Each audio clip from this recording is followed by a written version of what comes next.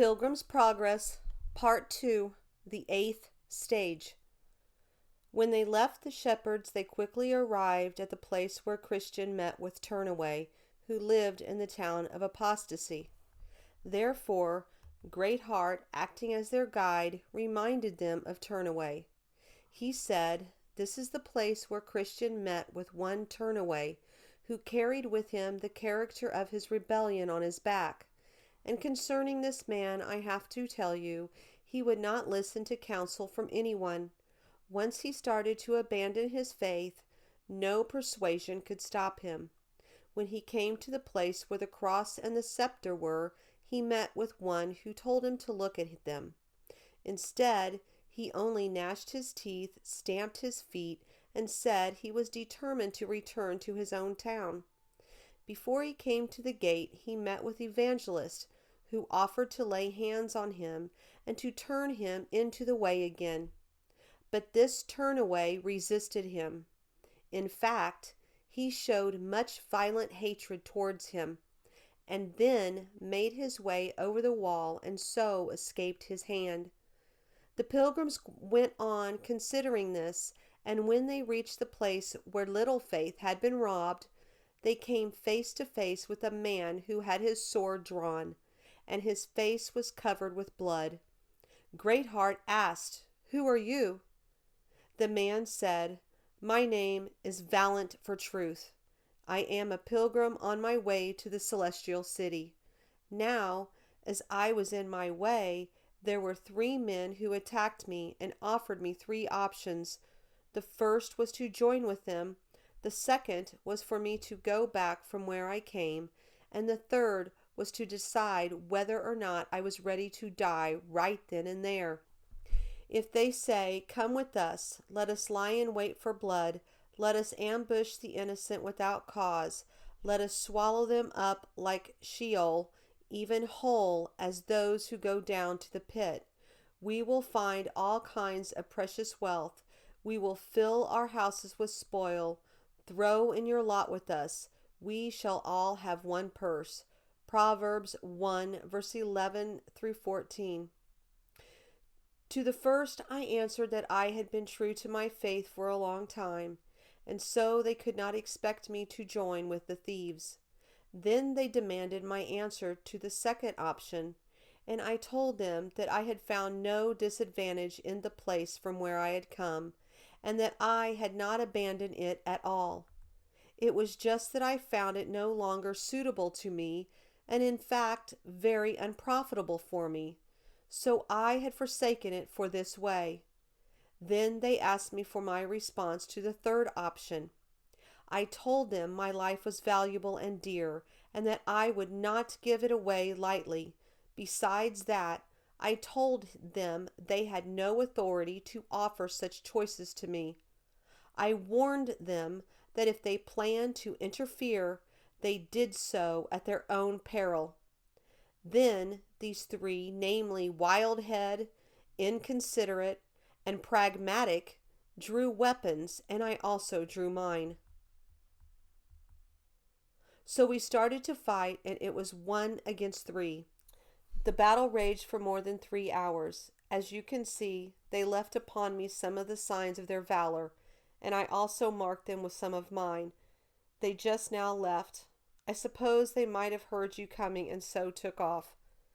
Greatheart said, 3 against 1 were pretty great odds. Valiant for Truth nodded. That's the truth, but whether great or small, odds are nothing to him who has the truth on his side. Though a host encamp against me, said one, Psalms 27:3, my heart will not fear, though war arise against me. In spite of this, I shall be confident. Besides, he said, I have read in some records that one man fought an army, and look how many Samson slew with the jawbone of an ass. Then Greatheart asked, "Why didn't you cry out so someone might have heard you and come to your aid sooner?" I called out to my king, whom I knew could hear me and provide invisible help. Valiant for Truth said, "That was sufficient for me." Greatheart said to Valiant for Truth, You have behaved in a worthy manner. Let me see your sword. So Valiant for Truth showed it to him, and he took it into his hand.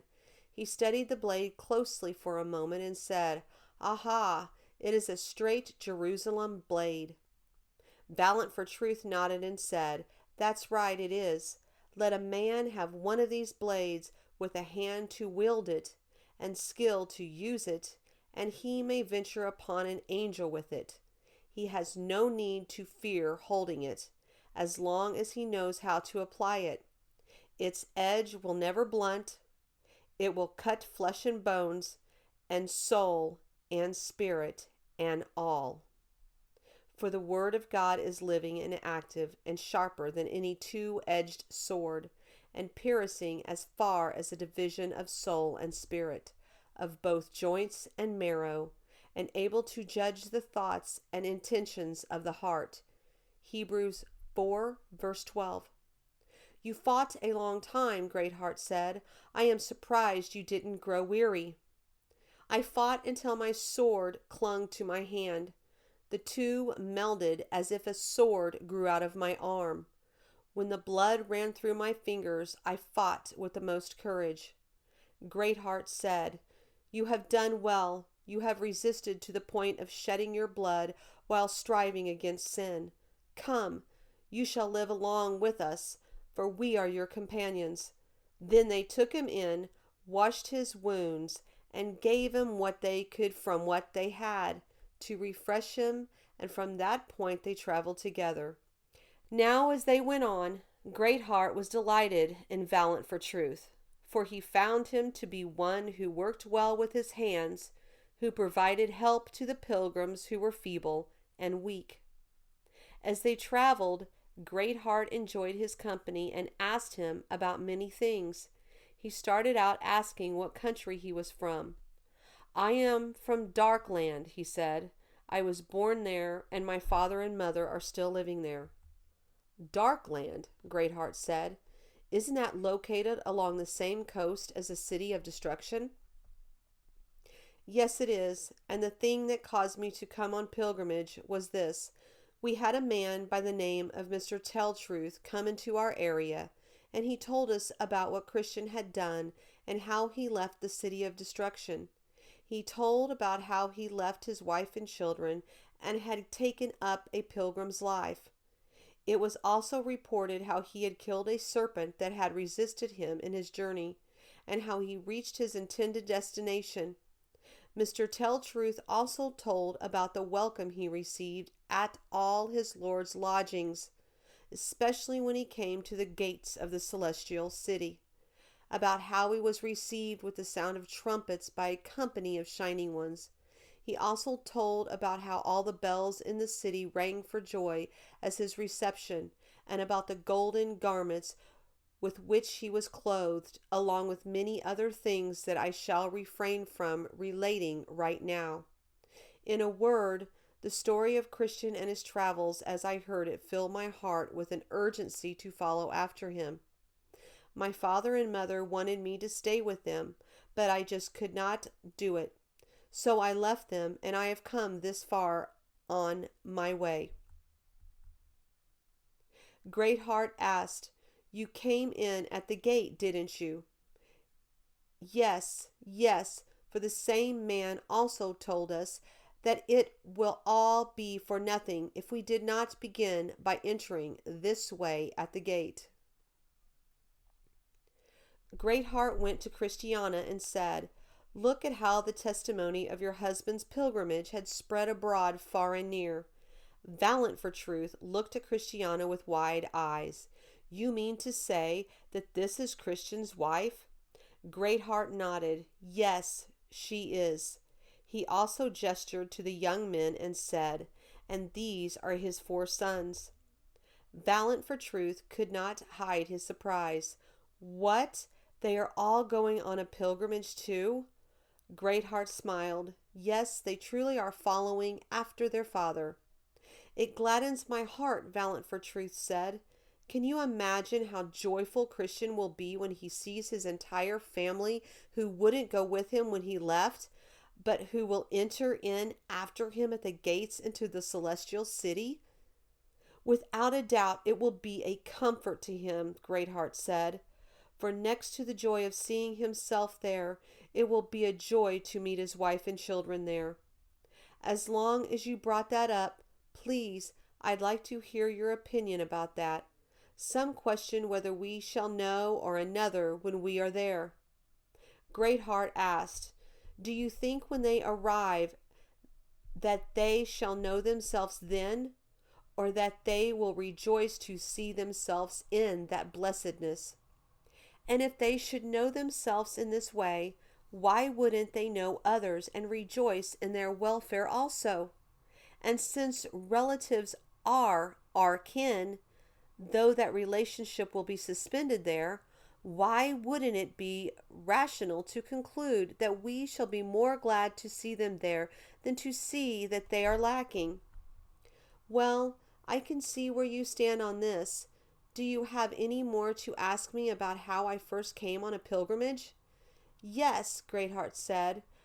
Were your father and mother willing to see you become a pilgrim? Valiant for Truth shook his head. Oh, no. They did everything imaginable to persuade me to stay at home. Why? What could they say against it? They said it was an idle life, and that if I weren't inclined to idleness and laziness, I would never tolerate a pilgrim's condition. Sadness filled Greatheart's eyes. And what else did they say? Why, they told me that it was a dangerous way. In fact, they said that the way which pilgrims go is the most dangerous way in the world. Greatheart asked, did they explain to you why or how this way is so dangerous? Yes, and they gave me many particulars. Like what? Greatheart asked. Name some of them. They told me of the Slough of Despond, where Christian was almost smothered. They told me about archers standing ready in Beelzebub Castle, prepared to shoot anyone who knocked at the wicket gate for entrance. They also told me of the woods and the dark mountains, the hill difficulty, of the lions and the three giants, Bloody Man, Maul, and Slaygood. And beyond that, they said that there was a foul fiend that haunted the valley of humiliation, and that Christian was almost killed by him. Besides, they said, you must go over the valley of the shadow of death, where the hobgoblins are, where the light is darkness, where the way is full of snares, pits, and traps. They told me also of Giant Despair, of Doubting Castle, and of the ruin that the pilgrims met with there. Plus, they said I must go over to the enchanted ground, which was dangerous, and that after all that I could come to a river over which there was no bridge. And they made sure to tell me that the river was located between me and the celestial country. Was that all they said? Valiant for Truth shook his head. No. They also told me that this way was full of deceivers and people who lay in wait to steer good men out of the path. A slight frown creased Greatheart's brow. But how did they know all of this? Valiant for Truth shrugged.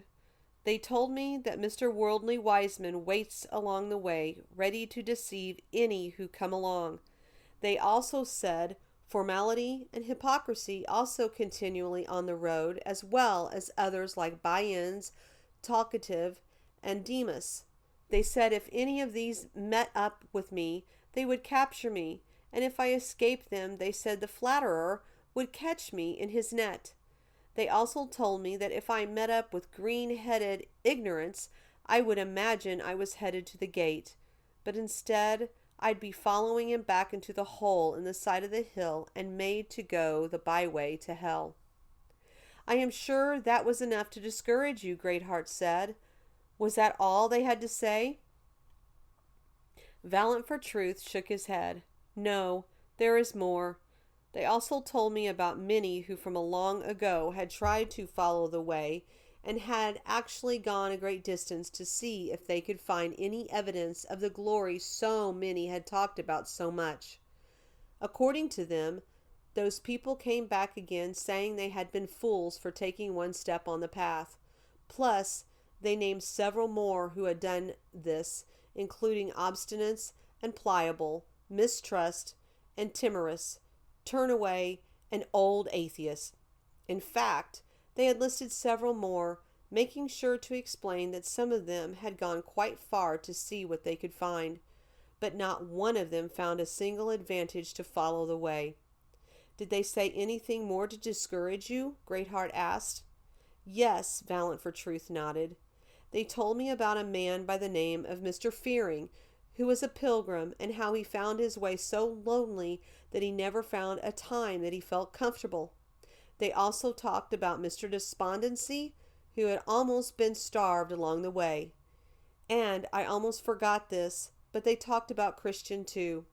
They admitted that much talk surrounded him and his adventures on his way to claim a celestial crown, but that even he had almost drowned in the Black River, and that he never actually went another foot further following that incident. However, it was hushed up. Didn't any of these things discourage you? Valiant for Truth shook his head and smiled. No, not really, because they seem all to be the stories of no value. So I counted them as nothing. Tell me, Greatheart said, how did this thinking come about? Why, I still believed what Mr. Tell-Truth had told me, and that truth carried me beyond all stories those scoundrels had to tell. Greatheart clapped him on the back. Then this was your victory, your faith in action. I believe you are right. My faith grew as I walked in the way and fought all those who assaulted me, and by believing my faith has brought me to this place. Who desires to true valor see, let him come hither. Such a one will constant be, come wind, come weather. There's no discouragement that makes him even one relent his first declared intent to be a pilgrim, who him all round with dismissal stories that themselves confound his strength all the more. No lion can cause him fright, he'll even with a giant fight, but he will have a right to be a pilgrim. Hobgoblin nor foul fiend can daunt his spirit. He knows that at the end he shall life inherit. Then fancies fly away. He'll not fear what men say. He'll labor night and day to be a pilgrim. By this time they arrived at the enchanted ground, where the air naturally tended to make a person drowsy. It was totally overgrown with briars and thorns, except for here and there in the area where an enchanted arbor stood. If a man sat or fell asleep in this arbor, some say it raises the question of whether or not they shall ever rise or wake up again in this world. They went through this forest with Mr. Greatheart leading the way, for he was the guide after all. Mr. Valiant for Truth followed behind as a rearguard in case some fiend, dragon, giant, or thief should assault them from behind. Each man walked with his sword drawn in his hand, for they all knew it was a dangerous place. Also, they cheered one another up the best way they could. Greatheart commanded Feeble Mind to come up from behind him and place Mr. Despondency under the Valiant for Truth's watchful care. Now they had not gone far when a vast misty darkness fell over them. For a great while they could scarcely see one another. For some time they were forced to feel their way and call out to one another because they couldn't see where they were going. One might think it was miserable going for the best of them at that. It was even worse for the women and children whose feet and hearts were tender. But Greatheart encouraged them on from the front, and the Valiant for Truth did the same from behind, so that they walked along at a pretty good pace. The way grew very wearisome, and took them through dirt and mire. There was no inn or house in the area to feed them or offer the feebler pilgrims refreshments. For this reason, they walked along with much grunting, puffing, and sighing. One tumbled over a bush, and another stuck fast in the dirt. One cried out, "I've fallen down," and another, "The bushes have caught me and hold me fast. I can't get away from them. And another would answer, Where are you? Some of them even lost their shoes in the mire. Then they arrived at the arbor, which offered warm and promising refreshments to the weary pilgrims. It was formed of a fine wrought iron with beautiful greens overhead, and furnished with welcoming benches and other seating, including a soft couch perfect for the weary to rest upon. With all things considered, you might think this tempted the pilgrims to stop and rest because their journey had become fraught with difficulties. But not even one of them made a move to stop there. And from what I could tell, they continually paid attention to the advice of their guide, and he faithfully warned them of the various dangers present. Usually, when they were nearest to them, the pilgrims boasted one another's spirits and encouraged each other to deny the flesh. This arbor was called the slothful's friend, and was made purposely to allure, if possible, some of the pilgrims so they would stop and rest when weary. I saw them in my dream as they went over this lonely enchanted ground, until they came to a place where a man could even more easily lose his way. Now, when it was light, their guide could tell them how to miss those ways that led them astray. But in the dark, the difficulties brought him to a standstill.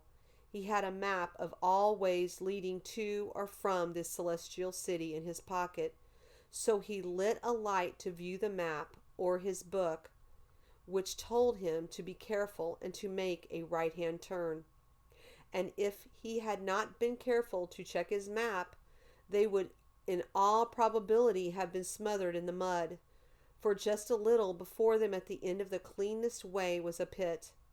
No one knew how deep it was, for it was full of nothing but mud, and had been put there purposely to destroy the pilgrims who fell into it. I thought to myself, wherever goes on a pilgrimage should have one of these maps with him, so that he may look at it when he comes to a standstill, so he can see what way he must take. Then they went on through this enchanted ground until they came to where there was another arbor, but it was built along the side of the road. In that arbor 2 men lay, whose names were Heedless and Twobold. These 2 had gone this far on a pilgrimage, but after growing weary on their journey, sat down to rest and had fallen fast asleep. When the pilgrims saw them, they stood still and shook their heads, for they could see the sleepers were in a pitiful state. Then they took over what they should do, whether to go on and to let them sleep, or to try to awaken them. So they decided to go to them and awaken them if they could. However, they approached with caution and took care not to dare to sit down or embrace any benefit offered by that arbor. So they went to the arbor and spoke to the men. They called each one by his name, for Greatheart seemed to know who they were. But the 2 men did not stir or answer. Then Greatheart shook them and did whatever he could to wake them. Without waking, one of them said, I will pay you when I receive my money. Greatheart shook his head. I will fight so long as I can to hold my sword in my hand, the other said. At that, one of the children laughed. Then Christiana asked, What is the meaning of this? Greatheart said, They talk in their sleep. If you strike them, beat them, or whatever else you do to them, they will answer you in this manner. A long time ago, one of them said, when the waves of the sea beat upon him, he slept upon a mast of a ship. And you will be like one who lies down in the middle of the sea, or like one who lies down on the top of a mast. They struck me, but I did not become ill. They beat me, but I did not know it. When shall I awake? I will seek another drink. Proverbs 23, verse 34 and 35. When I awaken, I will seek it yet again. You know, when men talk in their sleep, they may say anything, but their words are not governed by faith or reason. Their words are incoherent now, Greatheart said, as he pointed to the sleeping man, as they were between the time they left on the pilgrimage and sitting down here.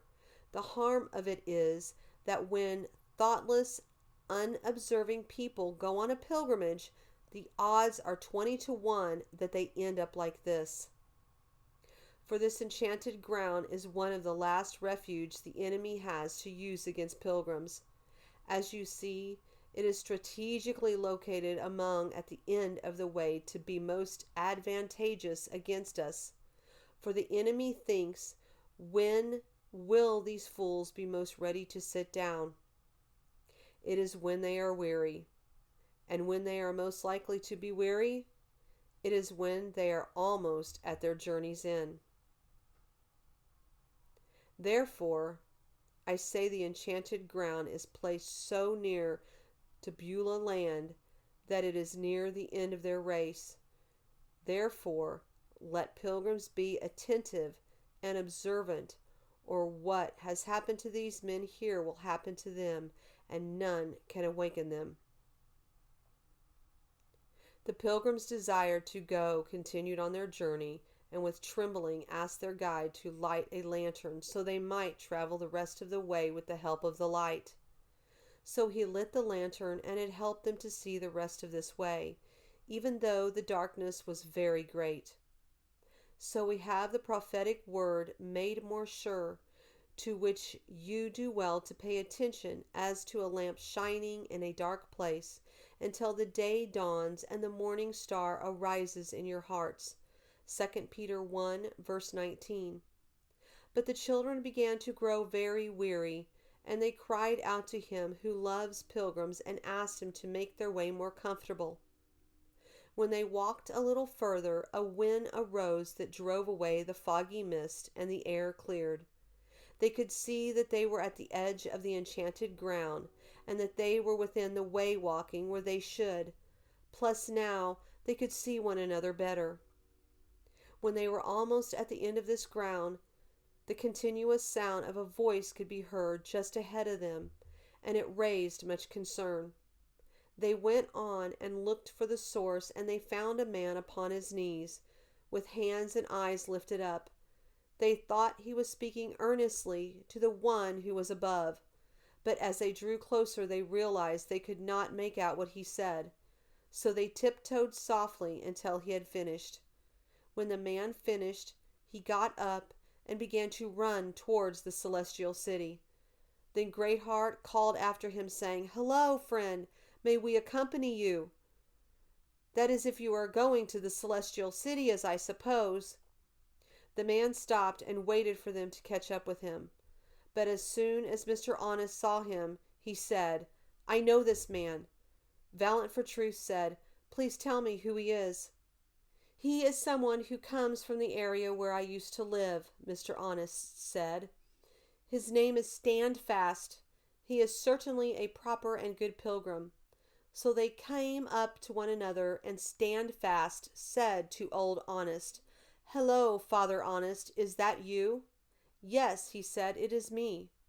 "I am so happy to see you here," Mr. Standfast said, "that I have found you on this road. "And I am just as glad as I saw you on your knees," Honest said. Standfast blushed and said, "You saw me?" Honest nodded. "Yes, I did, and the sight made my heart glad." "Why, what did you think?" Standfast asked. "Think?" said Old Honest. "What could I think? I thought we had met up with an honest man on the road and should join his company as we travel." "It would have been wrong if you had thought anything else," Standfast said. "How happy I am, but I confess that I am not always behaving as I should, and I know that I am the one responsible." "You speak the truth," Honest said, "but your fear further confirms to me that things are right between the Prince of Pilgrims and your soul. For he says, 'Blessed is the man that fears God always.' Proverbs 28, verse 14. "Please tell us why you were down on your knees just now, brother," Valiant for Truth said. "Was it due to some special tenderness of heart, or did it have to do with a promise or oath?" Standfast said, "As you can see, we were upon the enchanted ground, And as I was going along, I thought to myself about how dangerous that part of the road was, and how many had come this far on a pilgrimage who had been stopped here and destroyed. I also thought about the manner of the death with which this place destroys men. Those who die here don't die from a violent disease. In fact, the death which they die is not heavy or burdensome to them, for he who dies in his sleep begins that journey with desire and pleasure and submits to the will of that disease. Honest interrupted. Did you see the 2 men asleep in the arbor? Yes, I saw Heedless and Twobold there, and for all I know, they will lie there until they rot. The memory of the righteous is blessed, but the name of the wicked will rot. Proverbs 10, verse 7. But let me go on with my tale. As I was thinking about all this, I saw one woman dressed in old but very pleasing attire. She presented herself to me and offered me 3 things, that is to say, her body, her purse, and her bed. Now the truth is, I was weary and sleepy, and I had no money. I think perhaps the witch knew that. Well, I rejected her offer time after time, but she ignored my resistance and smiled. Then I began to grow angry, but that didn't matter to her at all. She made the same offers again and said, if I would be ruled by her, she would make me great and happy. She said, for I am the mistress of the world, and men are made happy by me. I asked her name, and she told me that it was Madam Bubble. This set me even farther from her, but she still followed me with the same enticements. Then, as you saw, I took to my knees, and with hands lifted up in cries, I prayed to him who said he would help. So, just as you came up, the woman went her way. Then I continued to give thanks for my deliverance, for I believe her intentions were no good, and that she sought to make me stop my journey. Honest nodded his agreement. Without doubt, her intentions were bad. But wait a minute. Now that you talk about her, I think I have either seen her or read some story about her. Perhaps you have done both, Standfast said. Madam Bubble, Honest said. Is she a tall, good-looking woman with a somewhat dark complexion? Yes, you hit it. That's exactly what she looks like. Does she speak very smoothly and give you a smile at the end of a sentence? Honest asked. Exactly, Standfast said. You've described her perfectly, for those are her very actions. Does she wear a large purse at her side? And does she dip her hand into it, often fingering her money as if it is her heart's delight? Yes, Standfast said. That is just what she did. You couldn't have described her more accurately if she had stood right here. Mr. Honest said, then he who drew her picture was a good artist, and he who wrote about her told the truth. Greatheart said, this woman is a witch, and it is due to her sorceries that this ground is enchanted. Whoever lays his head down in her lap might as well lay it down on a block over which an axe hangs. Those who look upon her beauty are counted as enemies of God. She is the one who maintains the great show of richness and elegance of all those who are the enemies of pilgrims. You adulteresses, do you not know that friendship with the world is hostility towards God? Therefore, whoever wishes to be a friend of the world makes himself an enemy of God. James 4, verse 4. She is responsible for buying off many a man from the pilgrim's life, and she is a great gossiper. Both she and her daughters are always at one pilgrim's heels or another. So they all commended and even preferred things valued and esteemed in this life. She is a bold and brazen woman who is willing to talk with any man. She always disrespects poor pilgrims and mocks them with laughter, while she highly praises the rich. For instance, If there is money in a place and one cunning enough to get it, she will speak well of that calculating person everywhere she goes. She loves banqueting and feasting as well, and so you'll find her always at one full table or another. In some places she has told people she is a goddess, and for this reason some actually worship her. At times she even openly cheats and will declare that no one can demonstrate a good comparable to hers. She promises to live with children's children if they would just love her and make her important in their lives. If they do, she offers plentiful gold from her purse in some places and to some people. She loves to be sought after, spoke of, and lie in the hearts of men. She is never weary of speaking well of her wares, and the people she loves most are those who think best of her. She promises crowns and kingdoms to some, if they would just take her advice. She leads many around with a halter, and 10,000 times more to hell. Oh, Standfast said, what a mercy that I resisted her. To think of where she might have drawn me. Greatheart said, where? No one but God knows where, but generally speaking, we can be sure that she would have drawn you into many foolish and hurtful lusts, the sort which drown men in destruction and punishment in hell. But those who want to get rich fall into temptation and snare, and many foolish and harmful desires which plunge men into ruin and destruction. 1 Timothy 6, verse 9. It was she who set Absalom against his father and Jeroboam against his master. It was she who persuaded Judas to sell his Lord, and she who prevailed with Demas to forsake the godly pilgrim's life. No one can begin to understand all the trouble she causes.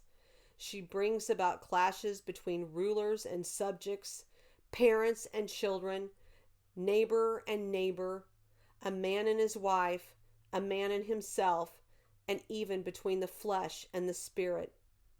Therefore, good Mr. Standfast, live up to your name when you have done all and stand. Therefore, take up the full armor of God, so that you will be able to resist in the evil day, and having done everything, to stand firm. Ephesians 6, verse 13.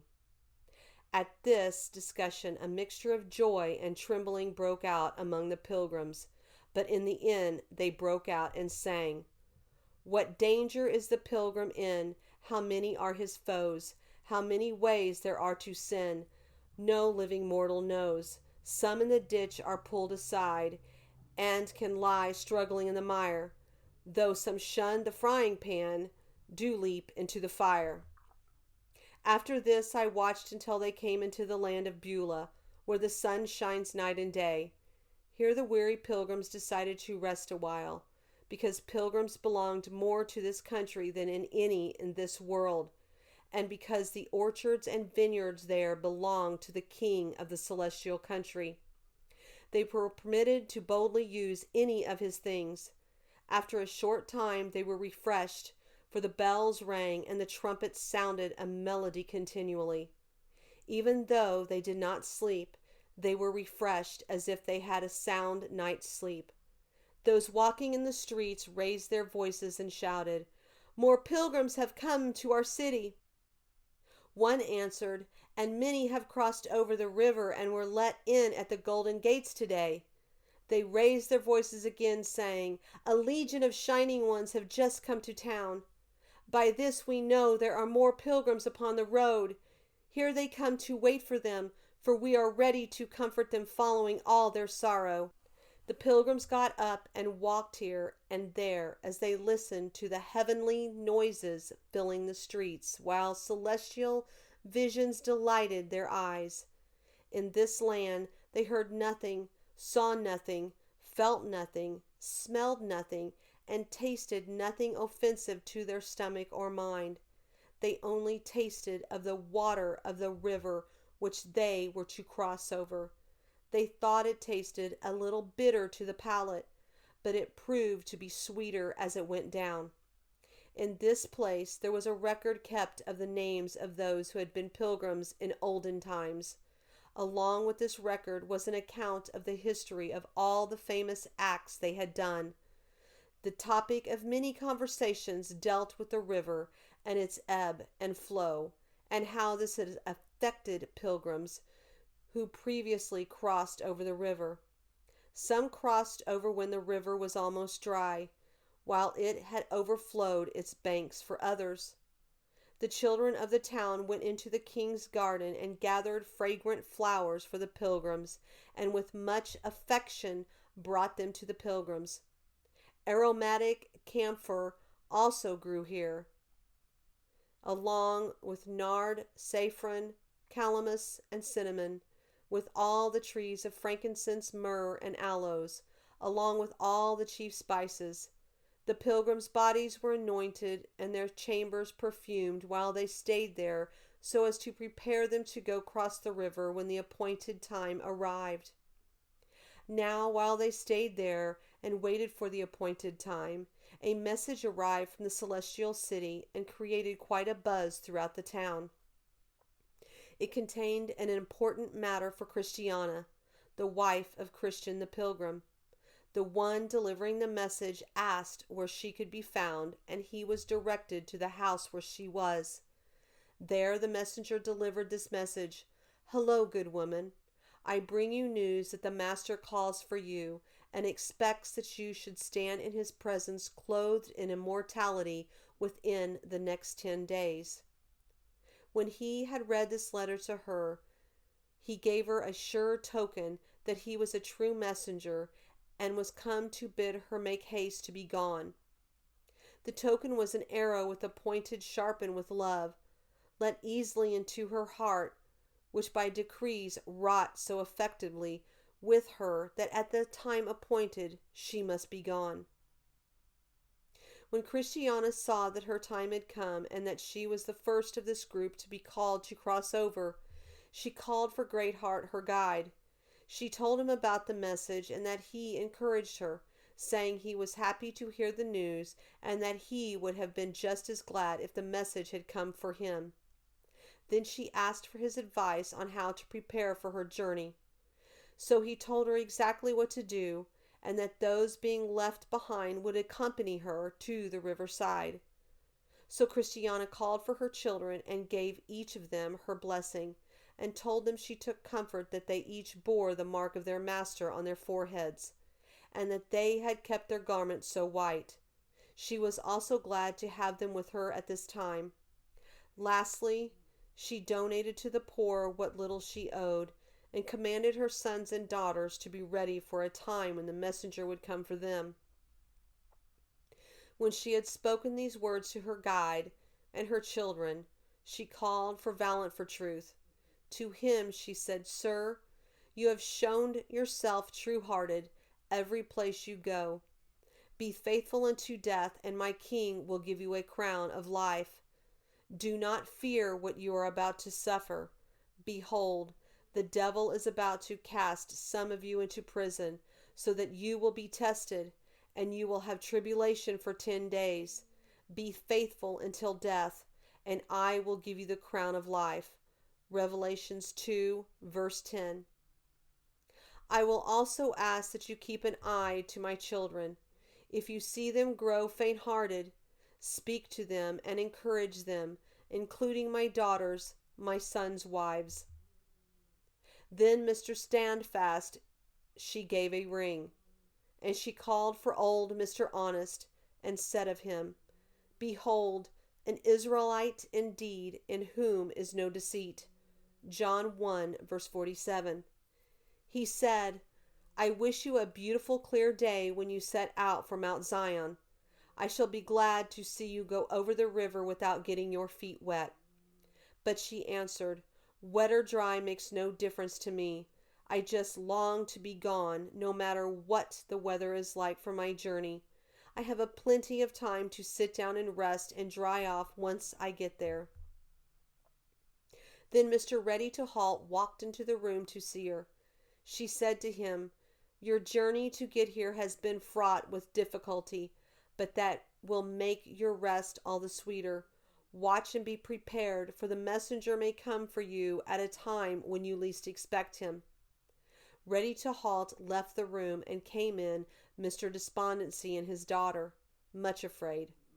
To them, Christiana, she said, you ought to be thankful and forever remember how you were delivered from the hands of giant Despair and rescued from Doubting Castle. The result of that mercy is that you have been brought safely here. With that in mind, be watchful and cast off your fear, and be serious about how you live your life. Never lose hope. Then she turned to Mr. Feeblemind and said, you were delivered from the mouth of the giant Slaygood, so that your light might shine among the living, and that you would see your king and be strengthened. Only I advise you to repent of your tendencies to fear and doubt his goodness before he sends for you, so you don't find yourself standing before him embarrassed for that fault when he comes. Now the day drew for Christiana to depart across the river. The road was full of people gathered to see her off on her journey. All along the banks, beyond the river, horses and chariots gathered. They had come from above to accompany her to the city gate. She stepped forward and entered the river. After saying goodbye to those who had followed her, then she entered the river, and the last words she was heard to say were, I come, Lord, to be with you and bless you. Those who waited for Christiana across the river carried her out of their sight, and so her children and friends returned to their place. Christiana called at the gate and entered with all the ceremonies of joy that her husband Christian had experienced before her. At her departure, her children wept, but Greatheart and Valiant for Truth celebrated with joy on a well-tuned cymbal and harp. In this way, they all departed to their respected places. After some time, another message was delivered to the town again, and this time the messenger's business was Mr. Ready to Halt. The messenger inquired about him and said, I have come from him whom you have loved and followed, though upon crutches. My message is to tell you that he expects you at his table to eat with him in the kingdom of the day after Easter. Therefore, prepare for this journey. He also gave him a token to show he was a true messenger, saying, I have broken your golden bowl and loosened your silver cord. Remember him before the silver cord is broken and the golden bowl is crushed. The pitcher by the well is shattered, and the wheel at the cistern is crushed. Ecclesiastics 12, verse 6. After this, Mr. Ready to Halt called for his fellow pilgrims and said, I have been sent for, and God shall surely visit you also. So he asked Valiant for Truth to make his will, and because he had nothing to leave those who survived him except his crutches and his good wishes, he said, These crutches I leave to my son, so that he shall walk in my steps, and along with them I leave 100 warm wishes, that he may prove better than I have been. Then he thanked Greatheart for his conduct and kindness, and then focused on his journey. When he came to the brink of the river, he said, Now I shall have no more need of these crutches, since across the river chariots and horses await for me to ride upon. The last words he was heard to say were, Welcome, life, and with this he went his way. After this, Mr. Feeblemind had news delivered when the messenger showed up at his chamber door. He came in and said, I have come to tell you that your master has need of you, and that in a very short time you must behold his face in brightness. Take this as a token of the truth of my message. Those who look through windows grow dim. Ecclesiastics 12, verse 3. Then Mr. Feeblemind called for his friends and told them about the message, what he was supposed to do, and about the token he had received regarding the truth of the message. Then he said, Since I have nothing to leave to anyone, what purpose is there for me to make a will? As for my feeble mind, that I will leave behind me, for that I shall certainly have no need of in the place where I am going, nor is it worth presenting to the poorest pilgrims. Therefore, when I am gone, I desire that you, valiant for truth, will bury it in a dunghill. The day arrived on which he was to depart, and he entered the river just like those before him. His last words were, "Hold out faith and patience." So he went over to the other side. Eventually, in the days after many of the pilgrims had passed away, Mr. Despondency was set for, because a messenger had arrived for him. It said, "Trembling man, you are summoned to be ready with the king by the next Lord's day, to shout for joy for your deliverance from all your doubts." The message also said, "And as a proof that my message is true, I give him a grasshopper to be a burden unto him." Ecclesiastics 12, verse 5. Now when Mr. Despondency's daughter, whose name was Much Afraid, heard what happened, she said she would go with her father. Mr. Despondency said to his friends, "You know how my daughter and I have acted, and how difficult and problematic we have been for all of you. My will and my daughter's are that our depression and mindless fears would not be passed on to anyone when we leave. For I know that after my death these evils will offer themselves to others. Let me make it clear, these are remnants of behaviors we entertained when we first began to be pilgrims, and after that we were never able to shake free of them.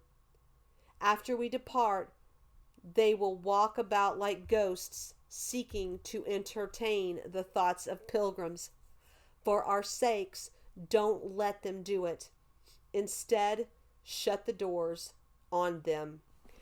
When the time came for them to depart, they went up to the bank of the river.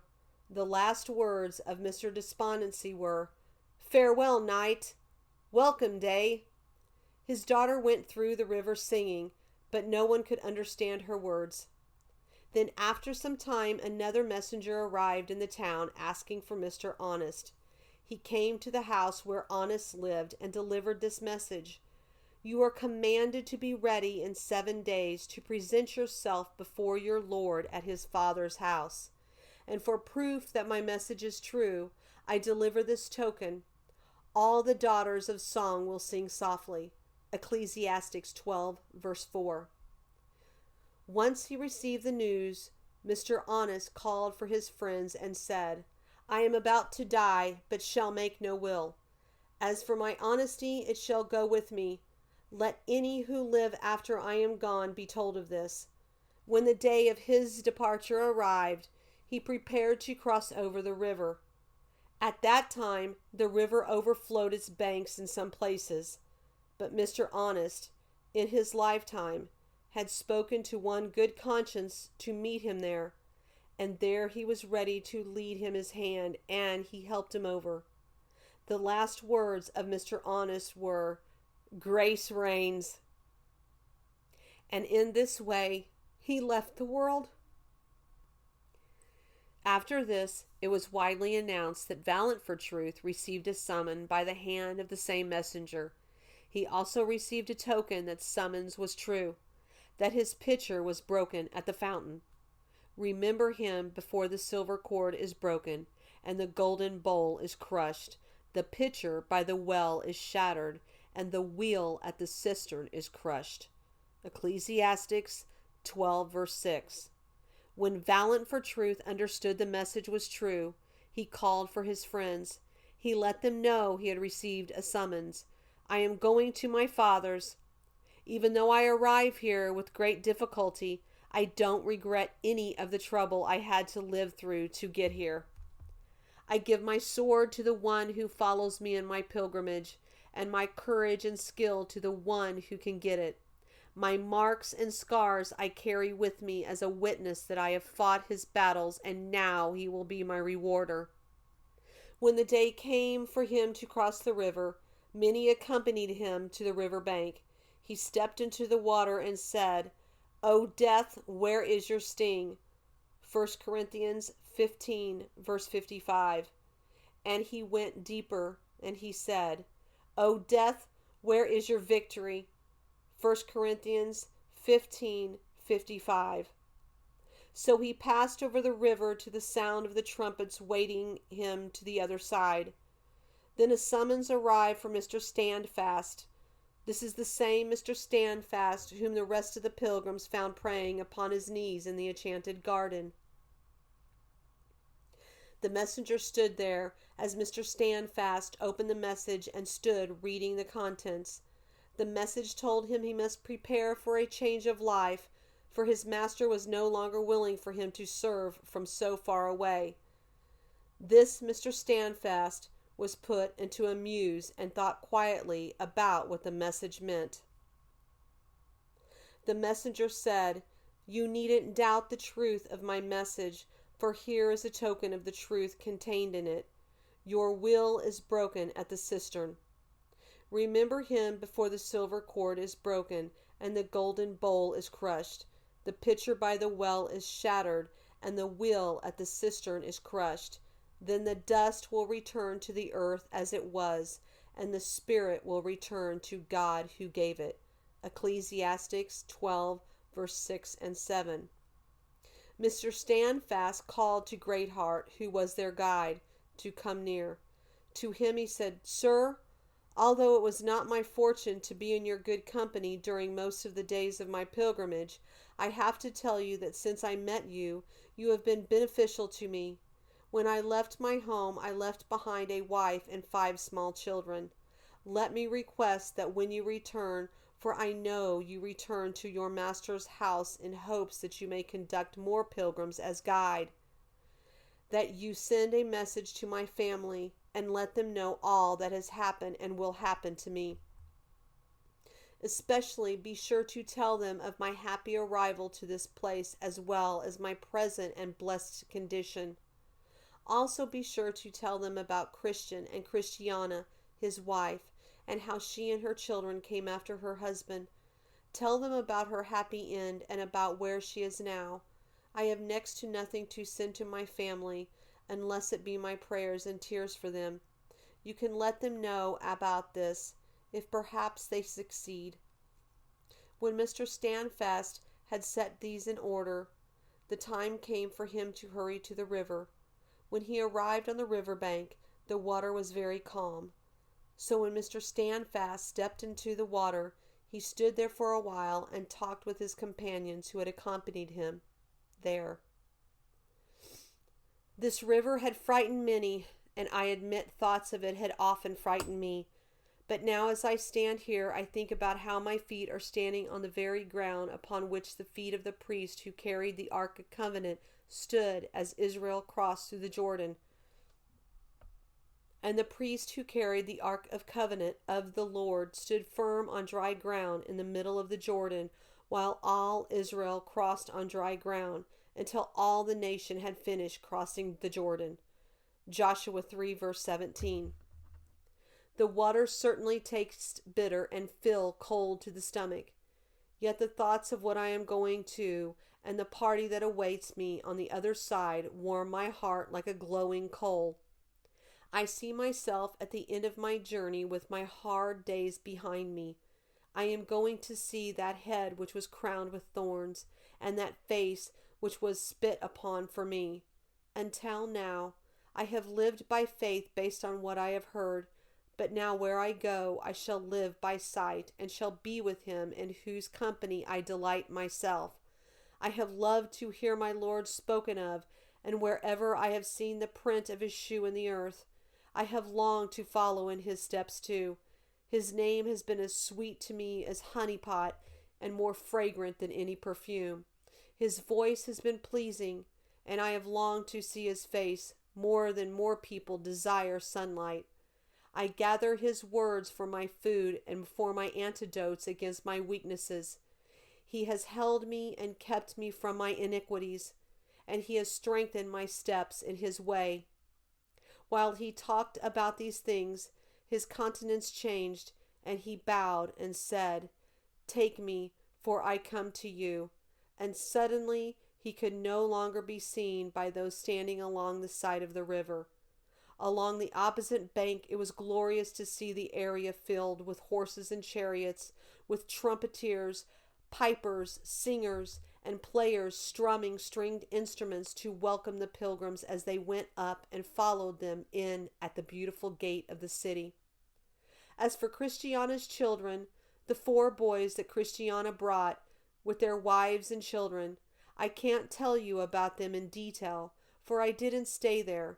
However, since I left that town, I heard someone say that they were still alive and living life for the increase of the church in that place.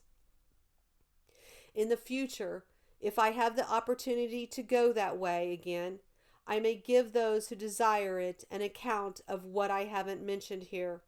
In the meantime, I bid my reader farewell. The end.